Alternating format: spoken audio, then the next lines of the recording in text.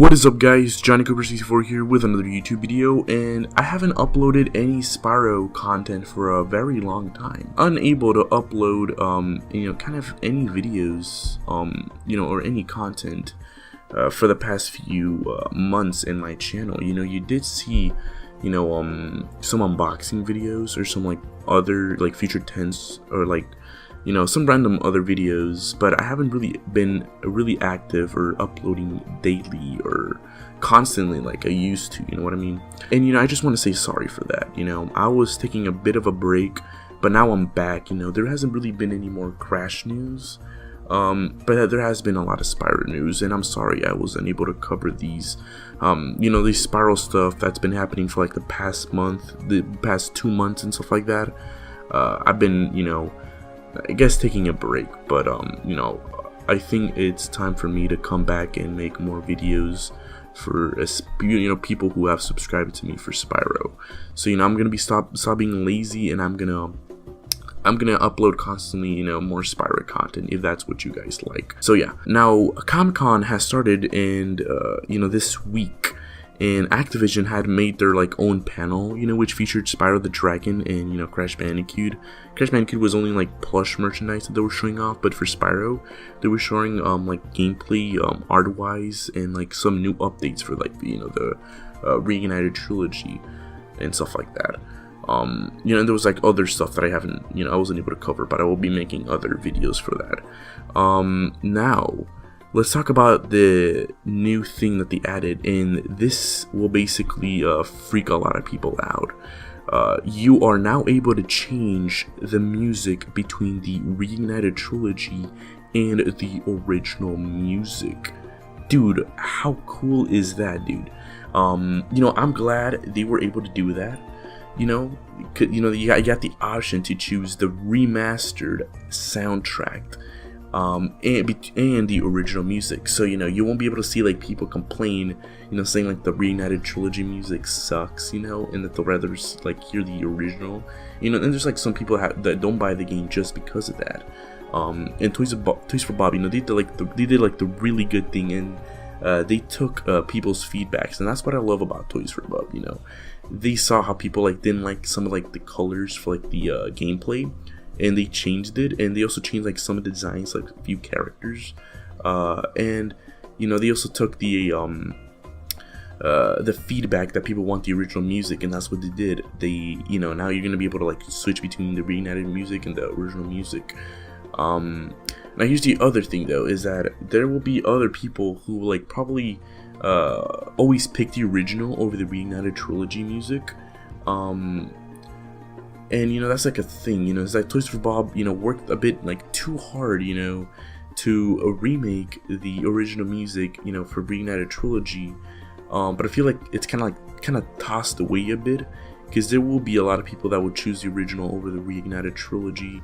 Even if it doesn't sound good for one soundtrack, they'll automatically switch it over to the original, and basically kind of destroying the Reignited Trilogy music.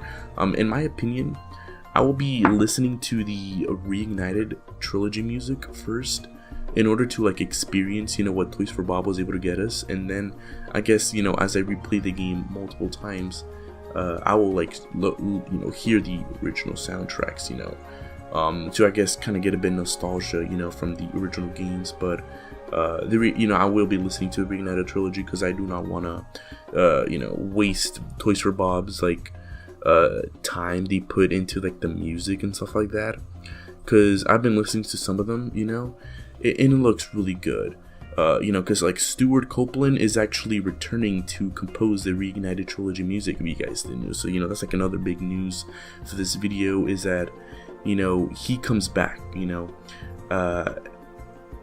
For Crash Bandicoot, they never got Josh Manso, and I think it's towards budget wise, because Josh Manso said that he did wanted to do the Insane Trilogy music, but Vicarious Visions or Activision never really contacted him, and I think it was because of they didn't know if Insane Trilogy was going to be a success or was going to be a failure. So they just made it super cheap, and they had Vicarious Visions do the music. But since Ancient Trilogy sold a lot of tons of copies, you know, Activision has like more confidence for Spyro, you know, another platformer game, and that's why they contacted Stewart Copeland to return and make the Reignited Trilogy music. And I bet you that for the new Crash Bandicoot games, they will contact Josh Mansell to make original new music for the new games and stuff like that. And I guess the same will go for Stewart Copeland and stuff like that. But I do love that they contacted the original music instead of you know, Toys for Bob doing it themselves and stuff like that.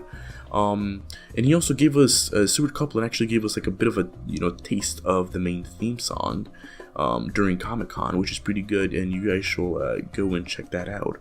But yeah, I am glad they contacted Stewart Copeland for to do like the original, like, you know, remaster the original music with, you know, his own taste and stuff like that.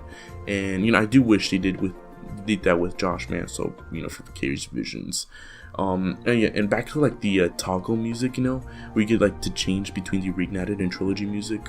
You know, Reignited Trilogy and the original music. I wish they kind of did that for Crash Bandicoot as well.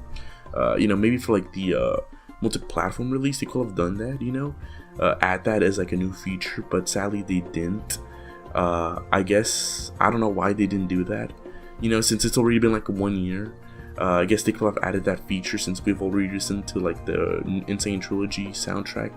And you know, I mean, there's like already like a lot of people like doing it on PC, so you know, I think it's unfair, you know, that they're already listening to it, but you know, to the original while we just listen to the Insane Trilogy version. And you know, this is what I like about Toys for Bob, is that they add more stuff than Vicarious Visions does, because I mean, kind of Vicarious Visions was kind of scared to put like new things in and stuff like that. And you know, that's why Spyro the remaster looks pretty much better than Insane Trilogy, and how much detail they add and stuff like that. I mean, I definitely want the original music option to be added in Insane Trilogy, and it could happen maybe later on in the future. You know, we may never know. But it's something that it should have been there for the multi-platform release, but sadly it didn't. And you know, I am kind of jealous, you know, with that thing, but it's still pretty good. Insane Trilogy is still pretty good. And you can also change the dynamic music as well, so that's like another big feature that they did. But besides all that, you know, I love Activision, you know, looking at Insane Trilogy and, you know, improving the new games, you know, like Reignited Trilogy, and along with like the future of Crash Bandicoot. Obviously the new Crash Bandicoot games are going to be like more better and stuff like that. But yeah, I do love that you're able to like change the music for Reignited Trilogy, and I'll definitely listen to Reignited Trilogy music first, you know, and then listen to the original music after I replay the game. And that's a cool option Toys for Bob did, and that's why I love Toys for Bob. What do you guys think about this new option? Let me know in the comment section below, and I'll see you guys in the next one. Peace.